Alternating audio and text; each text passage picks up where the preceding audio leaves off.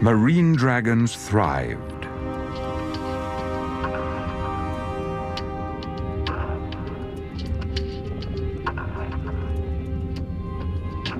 Then, as global temperatures rose, some marine dragons returned to the coastal margins. Moving into estuaries and traveling up rivers, it wasn't long before they made their first tentative steps back on land. Many creatures alive today made similar transitions back and forth between land and sea. If the legends are accurate, then dragons too would have re-emerged on land millions of years after the KT event. But what of their marine predecessors? How long did that line last? The sea serpent. Were these mythical creatures real too? Are sea monster legends actually accounts of marine dragons?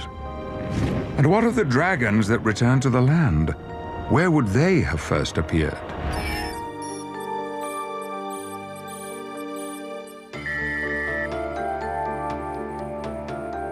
What about dragons in Chinese mythology? These majestic creatures that symbolize strength and cunning are low-slung to the ground, short-limbed, long and slender.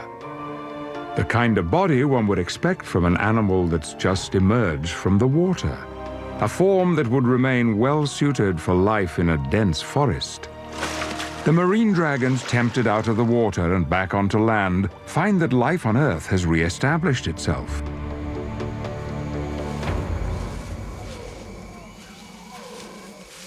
Around the globe, new habitats and new species have evolved.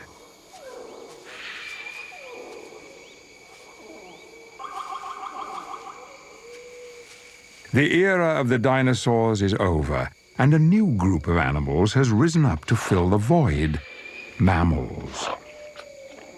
And mammals provide plentiful food for dragons.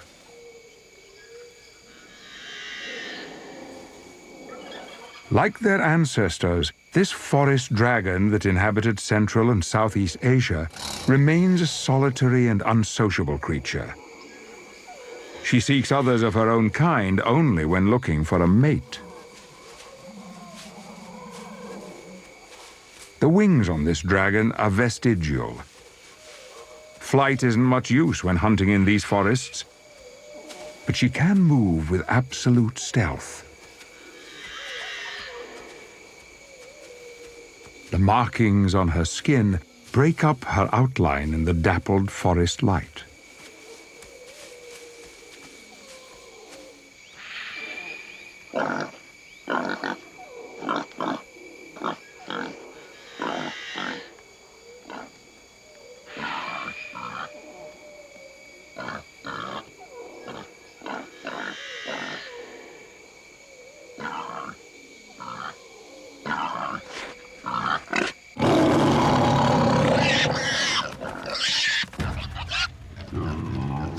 But her hunt is disturbed. There's an intruder in her territory.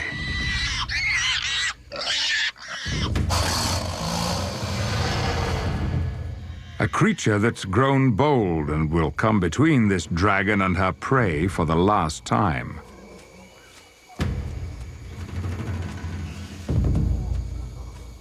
A creature that occupies as powerful a place in the lore and mythology of China as the dragon. The tiger. The forest dragon moves with grim purpose. A ravine will not turn back her wrath.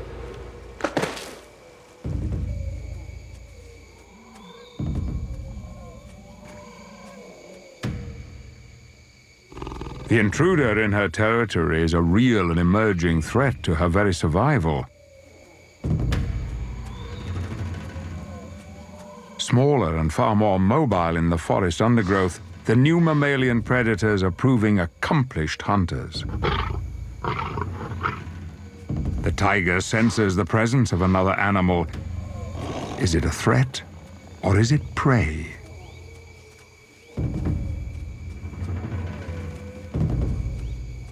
The dragon remains silent. She has encountered tigers before. She knows this is a wary animal, but an inquisitive animal. A slight move will be enough.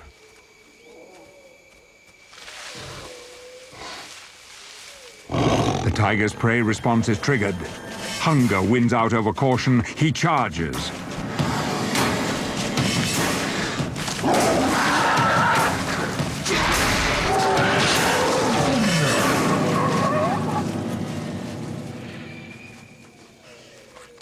Curiosity kills the cat.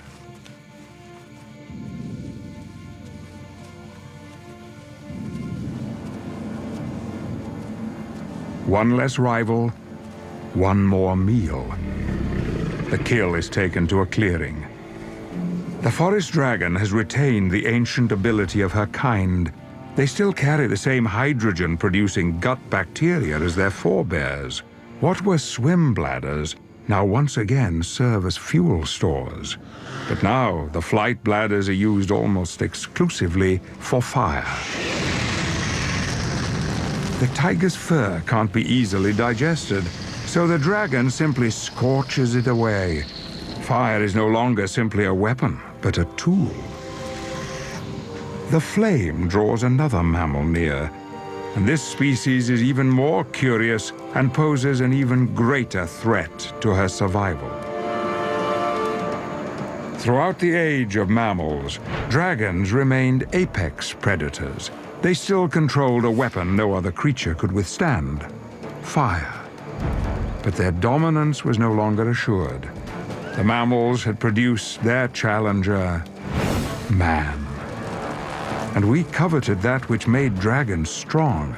We recognized the possibilities of fire. We too were cunning. Soon people learned to use fire to clear forests and to mold metal into savage weapons. With fire, we forged our strength. Over tens of thousands of years, the evolutionary blink of an eye, we forced all other creatures into submission, save one. But we had stolen the dragon's fire, and soon we would wield it against them.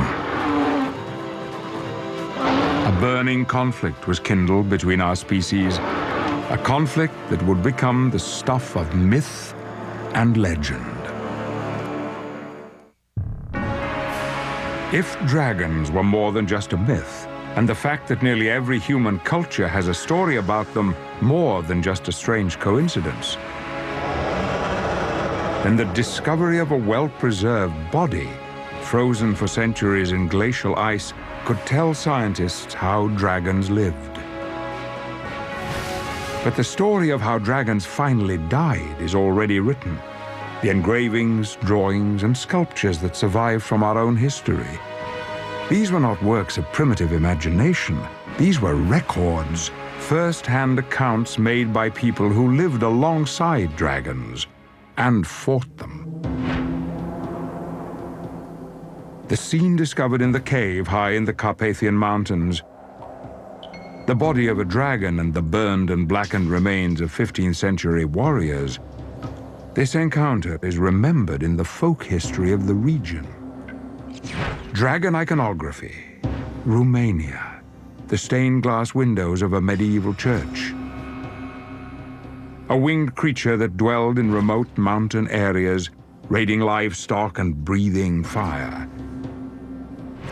The story of the final conflict with the creature the locals called the Devil from the Mountain. Scientists autopsying the dragon body now begin to look for clues to how this conflict played out. A post-mortem analysis of the more than 500-year-old human remains is a quick study. The cause of death is seared into their parched, leathery skin. Carbon residue. These men were burned alive. But the dragon is a less straightforward investigation. While scientists have proved that this animal could breathe fire and that it was endowed with a sophisticated fire apparatus, what puzzles them is that it doesn't look like this particular dragon ever turned on its ignition. The mouth shows no sign of carbonized residue, no sign of any exposure to intense heat. For an animal that's supposed to breathe fire, this comes as a surprise.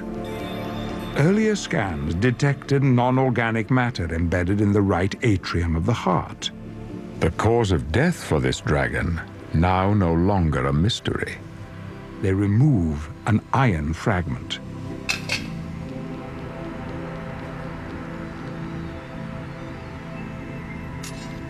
The fractured tip of a sword. But subsequent scanning gives them a shock. The reproductive system. Scientists are able to determine that the dragon is a female, yet there is no evidence of follicular activity.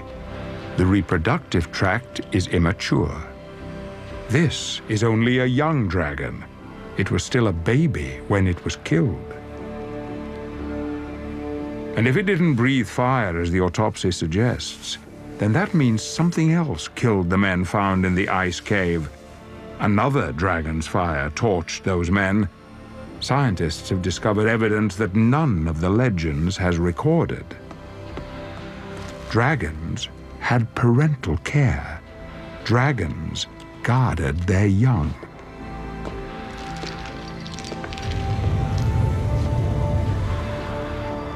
It is the 15th century, and a mountain dragon is under siege.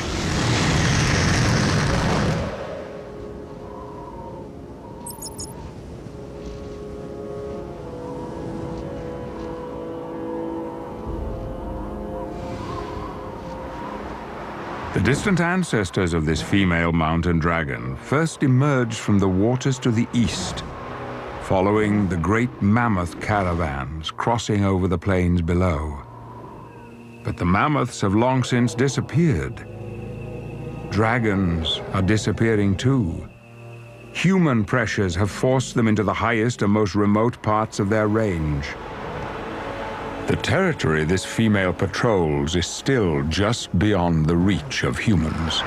But food in this remote world is scarce. Today she's on a hunt for the rarest creature on Earth. But she's not looking for prey. She's looking for a mate. She leaves her scent throughout her territory. Strong winds carry the pheromones south. Normally, female dragons are reproductively mature by their 7th year. This female is nearly 23 years old, and in all her life she has never seen a male dragon. She may yet live another 20 years, longer if she's lucky. She's still at her peak, but if she's to contribute to the ebbing dragon population, she must find a mate soon. Young dragons remain with their mothers for as long as 6 years. Such an extended period of parental care historically ensured a high survival rate of their offspring. But now, with their numbers so low, dragons aren't reproducing fast enough to keep their population stable. The species is slipping away.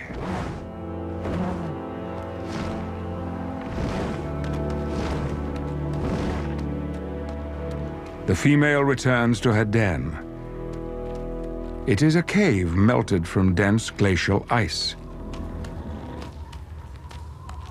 Despite the freezing cold outside, in here the temperature is relatively warm. Like an igloo, the thick walls retain heat.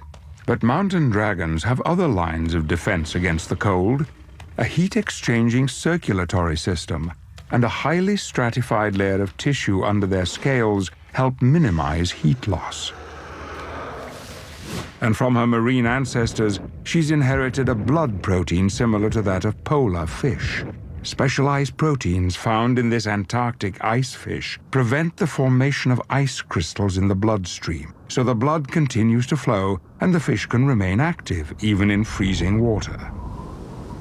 This genetic inheritance has proved vital to mountain dragons as they retreat into ever more remote areas in their attempts to avoid humankind.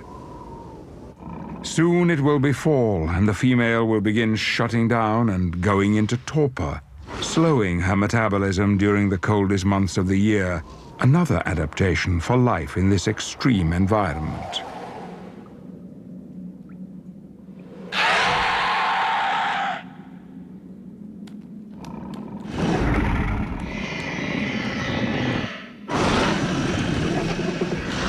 But something outside draws her attention. A sound both strange yet uncannily familiar brings her to the opening of the cave. Against the odds, a male mountain dragon has picked up her scent. He's a nomad who has wandered from the Atlas Mountains of North Africa, where mountain dragons have now all but vanished. Crossing into southern Europe, he's made his way to the Carpathians in search of a territory and a mate. The dwindling dragon population has driven this male on a 10-year quest to find a female, and now at last he has found her. The female's instinct takes over, and she does what she's done for thousands of years. In an age-old aerial display, she leads her suitor on. But her beguiling acrobatics serve another purpose, for this solitary and suspicious female is about to set the male the ultimate test. It is a courtship ritual that is as perilous as it is spectacular. At the height of her climb, she will lock talons with him and drop out of the sky in a dazzling free fall, just like bald eagle pairs still do today.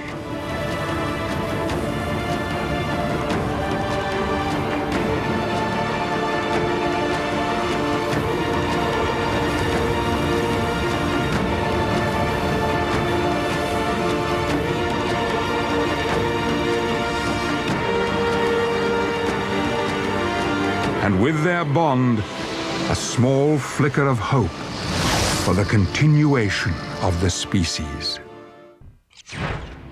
If dragons were real, if the legends were true, then the stained glass windows of a medieval church in Romania depict what happened high in the Carpathian Mountains over 500 years ago. The body of a dragon, unearthed with the remains of human warriors who had come to kill it. But that's not all that's been found.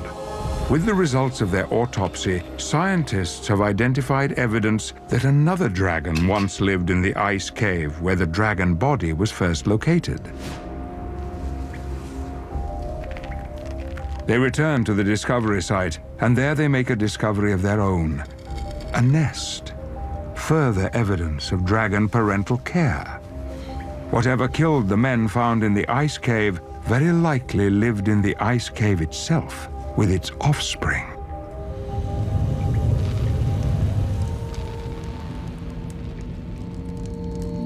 The female examines her nest. Rocks, wood, leaves, and ash, all tightly packed into a cone. Crocodiles bury their eggs in active compost to keep warm. Mountain dragons have a much more direct method.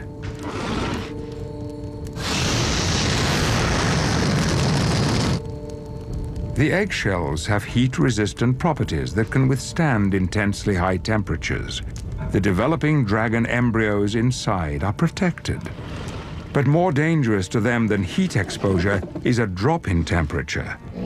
In fact, without this searing external heat, the dragon chicks inside would die.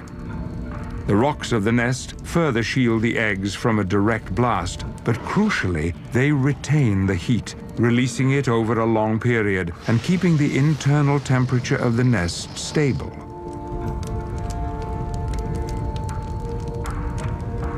If she is to become a mother after these many years of waiting, then careful and constant temperature control is essential over the 30-day incubation period.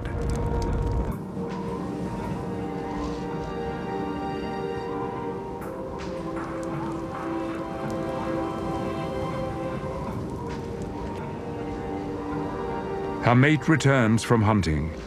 He has been unsuccessful. Again.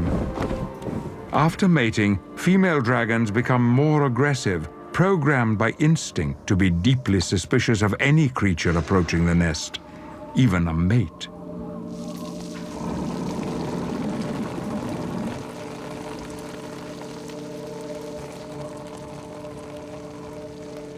In order to appease her and make up for the lack of food, he brings a gift.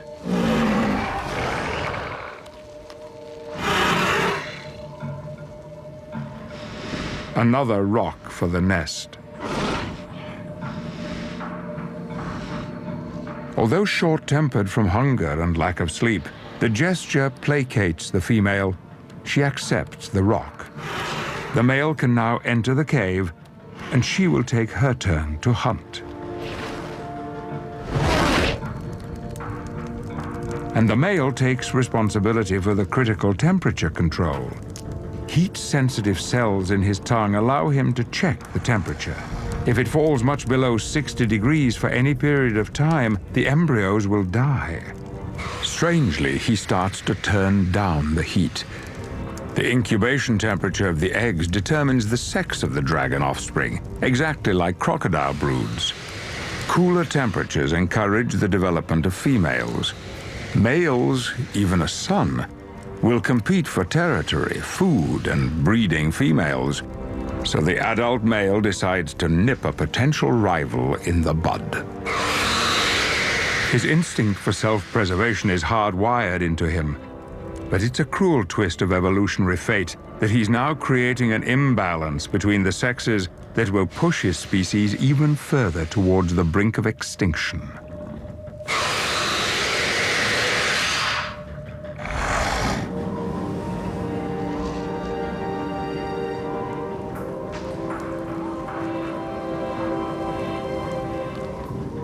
A day has passed before the female returns from yet another unsuccessful hunt.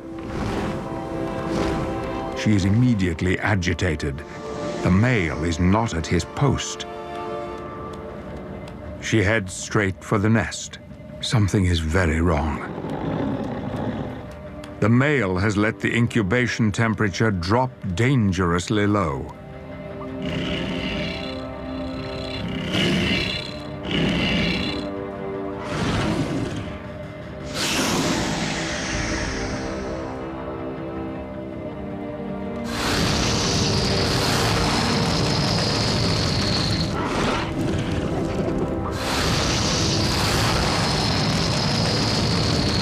It is already too late for one of her chicks, but the other might survive.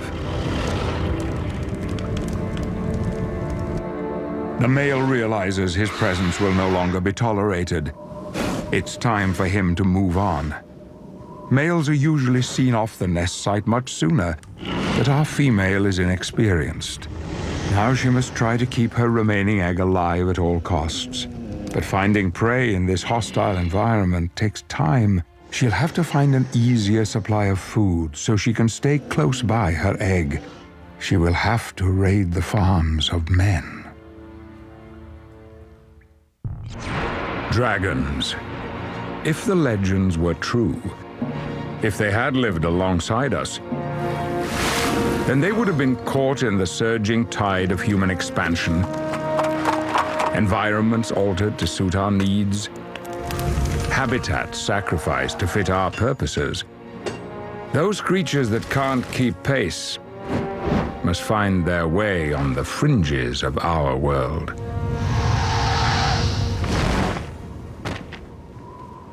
The female has indeed been driven to desperate measures because she now has more than one mouth to feed.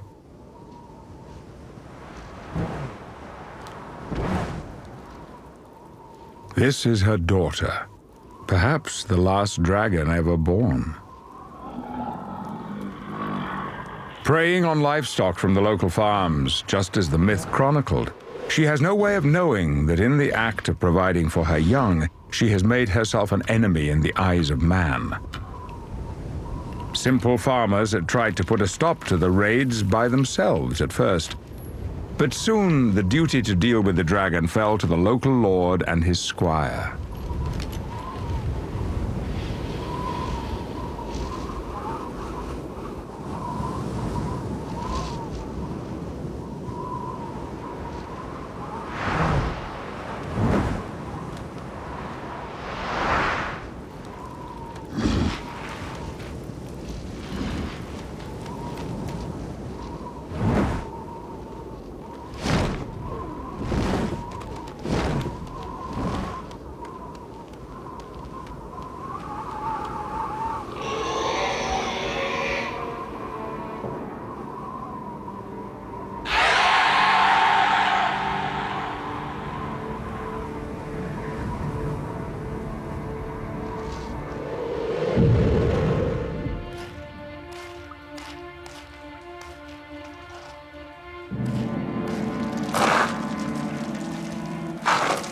Unaware of the price on her head, the female dragon continues to behave as her kind has for 1,000 generations. She mines the rock of this alpine cave for her precious platinum and passes on the secret of fire. Her daughter is learning. Soon she'll develop an instinctive appetite for platinum, but she's too young now and turns her nose up at it.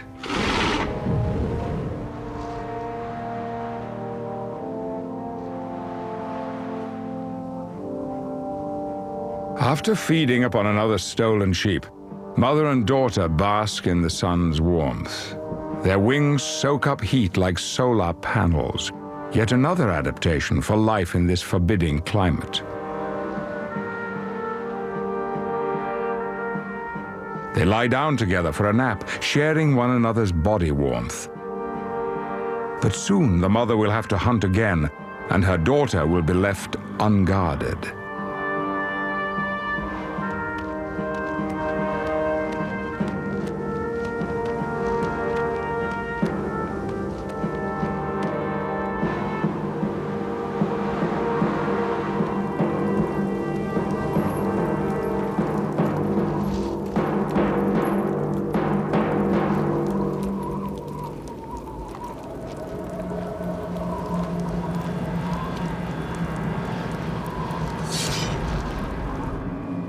The female searches for food.